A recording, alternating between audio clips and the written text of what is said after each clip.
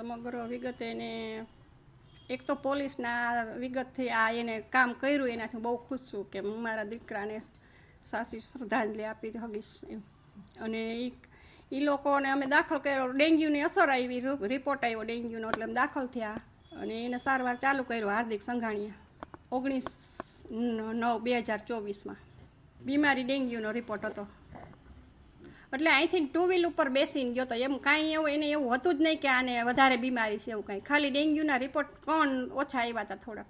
પછી એને એક દિવસ અમે આજ બપોરે દાખલ થયા 12 વાગે, એટલે એને બાટલા ચાલુ કર્યા ને ઇન્જેક્શન દીધા ને પછી રાતના એને થોડીક તકલીફ તો હતી જ કે પેટમાં દુખતું હતું ને એવું થતું હતું. તો ડૉક્ટર અમે એને કીધું કે ભાઈ આને સારવારમાં કંઈક કરો, આને પેટમાં દુખે છે, તો એને કાંઈ બહુ જવાબ ન દીધો. પછી બપોરે બીજે દિવસે બપોરે એને પેટમાં દુખવા માંડ્યું, તકલીફ થોડીક હતી, તો ડૉક્ટરને બોલાવવા ગયા, ડૉક્ટર હાજર જ નહોતો, હાર્દિક સંઘાણી. 3 વાર બોલાવવા ગયા. એના પહેલાં હું ગઈ બોલાવવા કે મારા સનને બહુ પેટમાં દુખે છે, તો એ કે આવે છે 5 મિનિટમાં.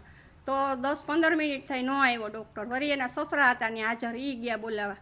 એ કે ડૉક્ટર ક્યારે આવે છે? તો કે હમણાં આવે છે. તો એના લોકો એમ નથી કહેતા કે ડૉક્ટર હાજર નથી, હોસ્પિટલમાં હતો જ નહીં હાર્દિક સંઘાણી. પછી એના પપ્પા બોલાવવા ગયા, મારે જયના પપ્પા.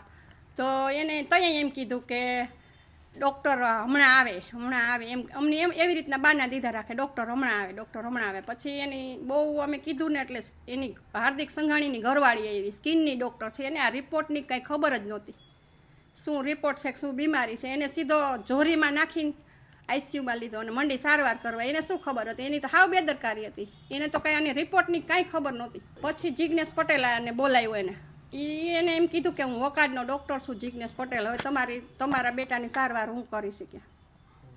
એટલે અમે એને એમ કીધું કે ભાઈ અમારે અહીં સારવાર નથી લેવી, અમને જવા દો, તમે વોકાર્ડમાંથી કંઈ આવો. એટલે કે હું 5 મિનિટમાં વોકાર્ડમાંથી પહોંચી જાવી. કે મેં કીધું અમારે અહીં તમે આઈસીયુમાં રાખ્યો છે અને ડૉક્ટર હાજર ન હોય તો અમારે અહીં શું કામ રહેવું પડે, અમારે અહીં રહેવું જ નથી.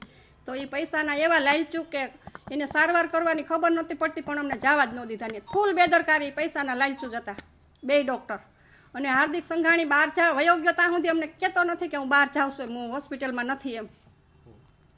ફૂલ બેની બેદરકારી. અને અમે એને વારવાર કીધું, ફરીને કીધું ભાઈ અમને બીજે જવા દો, તો અમને ના, તમારે અહીંયા કાંઈ વાંધો નથી, સારવાર પૂરેપૂરી થાય, પૂરેપૂરી. પણ હાજર જ નહોતા ડૉક્ટર, તો શું સારવાર મળે એમને? એને એક બાબો છે સંતાનમાં, એને 5 વર્ષથી મેરેજ થયા હતા, અને એક બાબો 4 મહિનાનો.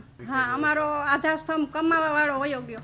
હવે અમારે કેને આધારે જીવવું? અમારે 4 મહિનાનો બાબો છે, એને કેમ મોટો કરવો?